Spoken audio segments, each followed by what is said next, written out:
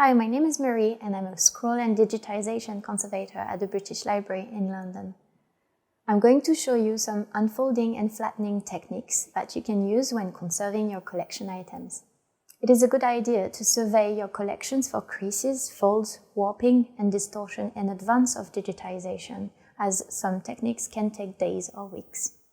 By flattening or unfolding using weights for a prolonged period, these distortions can be reduced significantly.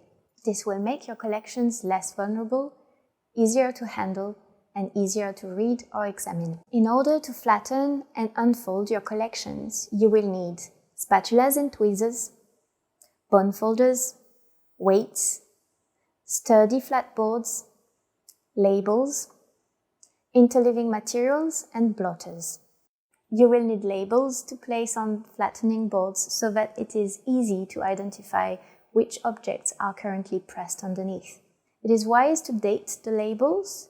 If you are pressing loose pages, it is important to detail which volume or folder these have been taken from. When unfolding, use tweezers or a spatula to lift the folded area slowly and methodically. Use a bond folder if you have one available, or the nail of your index finger to hold down the fold.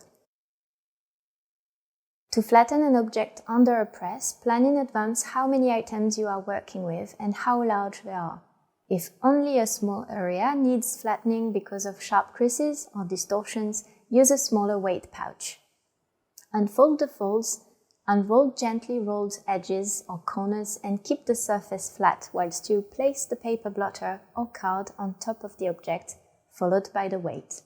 Then label the item. If you are pressing larger items, follow the same process with heavier weights and larger boards and sheets of blotters. Depending on the weather conditions and the severity of the damage, flattening can take a few days to several weeks, so be sure to leave time for this important step. This tutorial is part of our online video series covering digitization, digital preservation, and conservation for the Endangered Archives program.